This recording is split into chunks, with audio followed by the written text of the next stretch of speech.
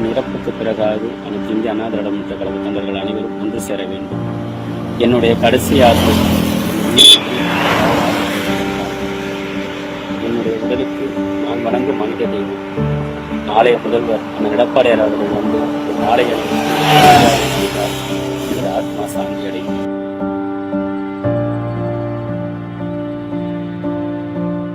ஒரு கட்சி தொண்டர், ஒரு குடும்ப தலைவர், ஒரு தந்தை, ஒரு உயிர் இன்று இல்லை.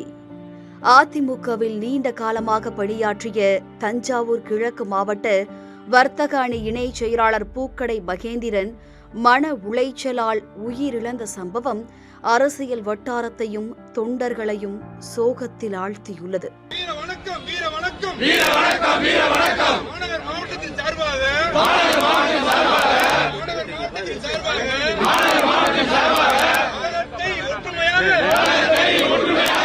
இன்றைக்கு கழகத்தின் ஒற்றுமை கருதி கழகத்தினுடைய பொதுச் செயலாளருடைய கருத்தை வலுப்படுத்த வேண்டும் என்ற அடிப்படையிலும் அவர் இந்த துயரமான முடிவை எடுத்திருக்கிறார். இந்த துயரமான சூழலில் அதிமுக பொதுச் செயலாளர் எடப்பாடி பழனிசாமி நேரில் சென்று இறுதி அஞ்சலி செலுத்தியதுடன் அவரது குடும்பத்தினருக்கு ஆறுதல் கூறினார்.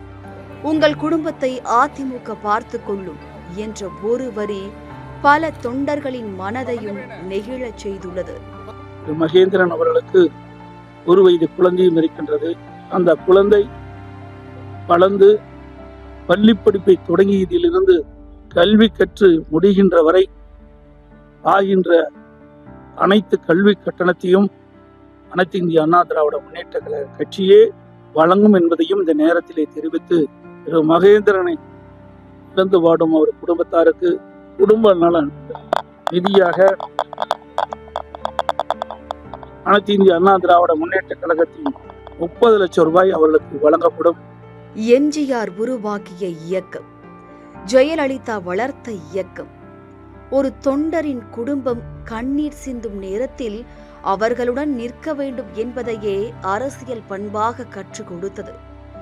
ஒரு தொண்டர் உயிரிழந்தாலும் அவரது குடும்பம் தனியாக விடப்படக்கூடாது என்ற உணர்வை மீண்டும் வெளிப்படுத்தி இருக்கிறது இந்த உதவி.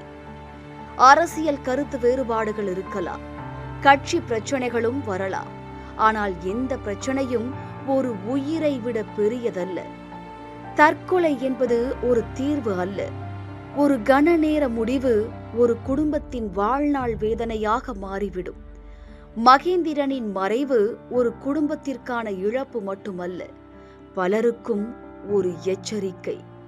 பிரச்சனைகள் வந்தால் பேசுங்கள், மனவேதனை இருந்தால் பகிருங்கள், உதவி தேடுங்கள், உயிரை மட்டும் இழக்காதீர்கள்.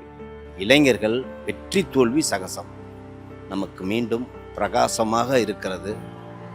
புரட்சித் தமிழர் எடப்பாடியார் தமிழகத்தை ஆளுவதற்கான ஒரு திறமை மிக்கவர். இன்னைக்கு பேஸ் வேல்யூ ஆயிட்டார். தமிழ்நாடு முழுக்க எடப்பாடியார் அப்படின்ற ஒரு பேச்சு குழந்தைகள்ல இருந்து பெரியவர்கள் வரைக்கும் பிரபலம் ஆயிட்டார். தமிழகத்தை வழிநடத்தக்கூடிய, அரசாங்கம் நடத்தக்கூடிய ஒரு வலிமையாக இருக்கார். அதனால தவறான முடிவுகளை இளைஞர்கள் எடுக்கக்கூடாது. மகேந்திரனுக்கு பிறகு நானும் தற்கொலை பண்ணிக்கலான்ற ஒரு உண்மையிலேயே அந்த மனநிலைக்கு நான் காவேரி ஆற்றுல குதிக்க போயிட்டேன் சார். கொஞ்ச நேரம் யோசிக்கிறேன், நம்ம குதிச்சுட்டா நம்மளால் ஒரு 200 ஓட்டு கட்சிக்கு வாங்கி தர முடியும், நம்ம குடும்பம் இருக்குது, இந்த மாதிரி முயற்சியெலாம் நம்ம எடுக்கலாமா அப்படின்னு சொல்லிட்டு நானே என்னை வருத்திக்கிட்டு தான் நான் நேற்று வீட்டுக்கு நானும் போயிருந்தேன் தஞ்சாவூருக்கு மகேந்திரன் பார்க்கறதுக்கு. மகேந்திரன் வந்து உண்மையிலேயே மனவேதனை பட்டு அவர் உயிரிழந்தார். குடும்பத்தை பார்க்காத, பிள்ளைங்களை பார்க்காத, அவர் எனக்கு ரொம்ப வருத்தமாக இருக்குது. இது மாதிரி எந்த ஒரு தொண்டனும் செய்யக்கூடாது.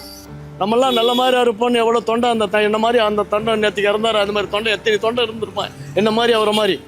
ஆனால் இன்னைக்கு அந்த தாங்க முடியாமல் இவ்வளோ இந்த மாதிரி மிகப்பெரிய கட்சியாச்சே, மிகப்பெரிய ஆளுமை கட்சியாச்சே, எல்லாம் நம்ம இழந்துட்டோமே. ஆனால் இழந்தது காரணம் யார்? அவன் தப்பாக நினைக்கக்கூடாது சார், இதை கண்டிப்பாக நீங்கள் போடணும். அவன் ஜெயிச்சா போகிறோம், நம்ம பக்கத்தில் நிற்கிறோம், தோத்தா போகிறோன்னு வேலை செஞ்சாங்க. இந்த முறை ஒவ்வொரு தலைவனும் ஒரு மாவட்ட செயலாளர்களும் நான் மட்டும் ஜெயிச்சா போகிறோம், மற்றவனே தோத்தா போகிறோன்னு சொல்லிட்டு ஒவ்வொருத்தரும் தான் வெற்றி பெற்றாங்களே கண்டி. ஆனால் எடப்பாடியார் மட்டும்தான் 234 சட்டமன்ற தொகுதியும் பம்பரம் மாதிரி வேலை செஞ்சு கட்சியை காப்பாற்றணும், ஆட்சி பிடிக்கணும்னு வேலை செஞ்சார். அதில் ஒரு தொண்டன் பார் சார், எவ்வளோ பேர் இப்போ ஒரு தொண்டன் இருந்தில்ல, பல தொண்டன் உயிரை தியாகம் பண்ணுறதுக்கெல்லாம் தயாராக இருந்தானுங்க.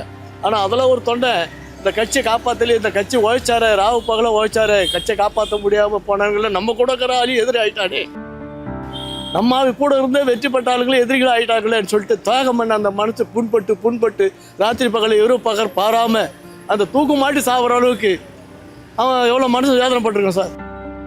ஒரு தொண்டரை இழந்த சோகம் இன்று அதிமுக குடும்பத்தை வாட்டுகிறது. ஆனால் இனி எந்த குடும்பமும் இத்தகைய துயரத்தை சந்திக்க கூடாது என்பதே இந்த சம்பவம் சொல்லும் மிகப்பெரிய பாடம்.